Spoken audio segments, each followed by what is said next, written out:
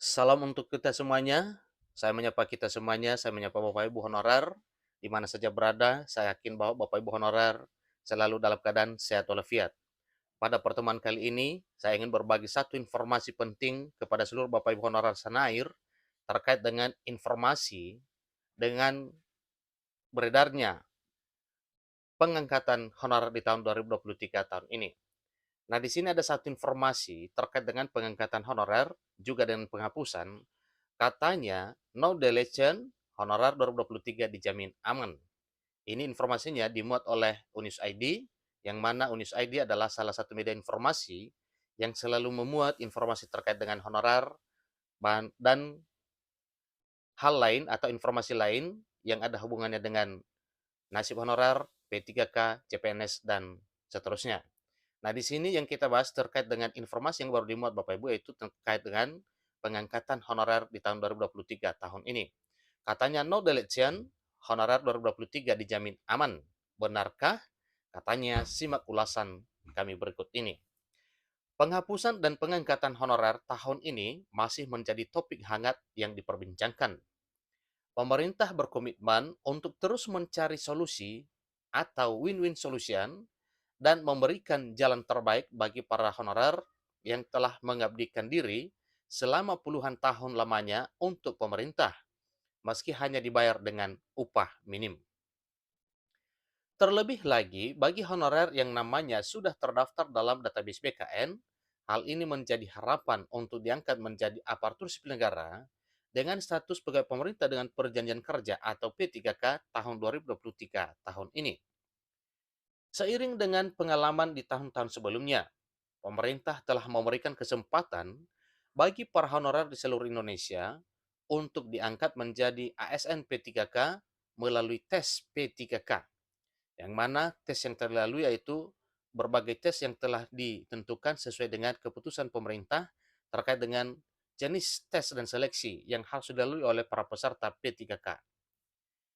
Transformasi status dari honorer menjadi aparatur sipil negara atau menjadi ASN ini merupakan impian besar bagi para honorer yang diharapkan akan membawa perubahan dalam kesejahteraan hidup mereka kelak ke depan setelah diangkat menjadi aparatur sipil negara.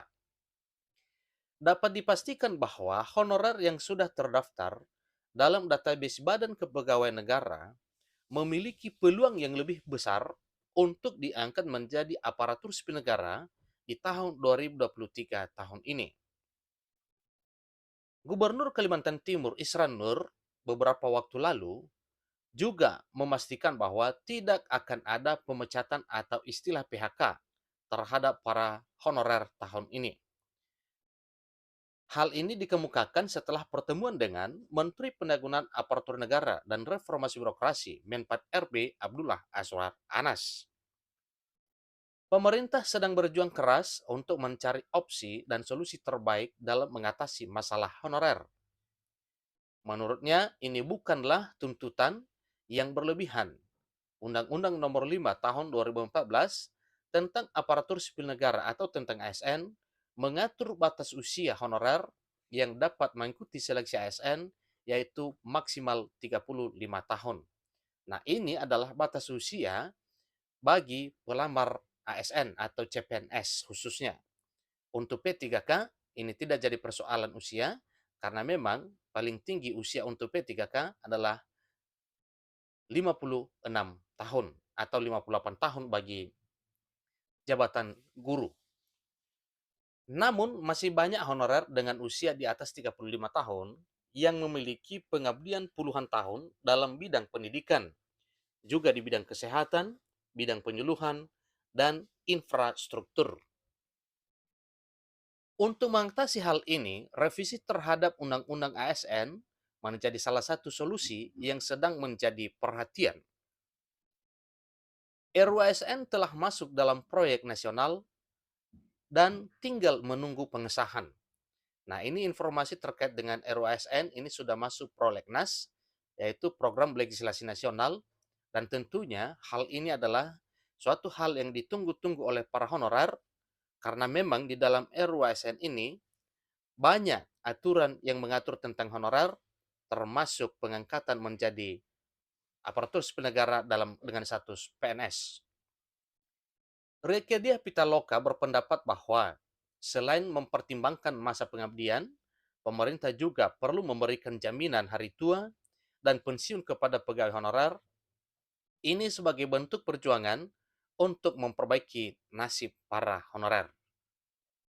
Sebelumnya, Reke telah bertemu dengan Menpan RB Abdullah Azwar Anas untuk membahas lebih lanjut mengenai nasib honorer dan P3K ke depan. Langkah ini didasarkan atas keluhan yang didengarnya saat melakukan kunjungan kerja, dan Reke yakin bahwa pemerintah dan aparatnya akan memberikan kebijakan yang adil dan memperhatikan aspek kemanusiaan. Selain itu juga terdapat beberapa syarat pendataan bagi tenaga honorer dan P3K yang masih aktif bekerja di pemerintahan. Pertama, honorer harus menerima honorarium setiap bulan dengan mekanisme pembayaran langsung dari dana APBN untuk instansi pusat atau langsung dari APBD untuk instansi daerah. Kedua, honorer harus diangkat oleh pimpinan unit kerja dan telah bekerja paling singkat 1 tahun hingga 31 Desember 2021. Semua syarat yang telah disebutkan harus dipenuhi oleh para honorer agar memiliki kesempatan untuk bisa diangkat menjadi aparatur sipil negara pada tahun 2023 tahun ini. Jika honorer menerima upah atau honorarium dari anggaran pendapatan dan belanja negara atau APBN, dan anggaran pendapatan dan belanja negara dan belanja daerah atau APBD, serta diangkat oleh pimpinan unit kerja setelah bekerja minimal 1 tahun, pada tanggal 31 Desember 2021, mereka dapat diangkat menjadi ASN. Dalam menghadapi tantangan ini, penting bagi pemerintah dan DPR untuk bekerja sama dalam mencari solusi yang adil dan berpihak pada para honorer yang telah memberikan kontribusi berharga bagi negara selama ini. Dengan menghargai jasa dan pengabdian mereka, kita dapat membangun sistem kepegawaian yang lebih baik dan memberikan kesejahteraan yang lebih layak lagi bagi para tenaga honorer. Inilah informasi terkait Bapak Ibu, terkait dengan informasi yang mengatakan no deletion, semua honorer di tahun 2023 ini dijamin aman, dalam arti sesuai dengan program pemerintah dalam hal pemenuhan kebutuhan ASN, maka kemungkinan apabila dihubungkan dengan pendataan honorer non-ASN yang telah dilakukan pada tahun 2022, yang mana data honorer di database BKN itu yang sudah lulus verifikasi adalah bisa dijadikan sebagai data dasar pemetaan dan penataan honorer. Dengan catatan, dalam hal pengangkatan honorer menjadi aparatur sipil negara, tentu ini menjadi patokan data dasarnya, yaitu data yang telah lulus verifikasi di database BKN. Demikian informasinya Bapak Ibu, dan saya mengajak kita semuanya, kita berdoa kiranya RUASN bisa disahkan oleh pemerintah dalam waktu yang cepat, sehingga dengan disahkannya RUASN ini, semua honorer bisa mencapai impiannya menjadi aparatur sipil negara. Sampai ketemu pada video berikutnya. Terima kasih.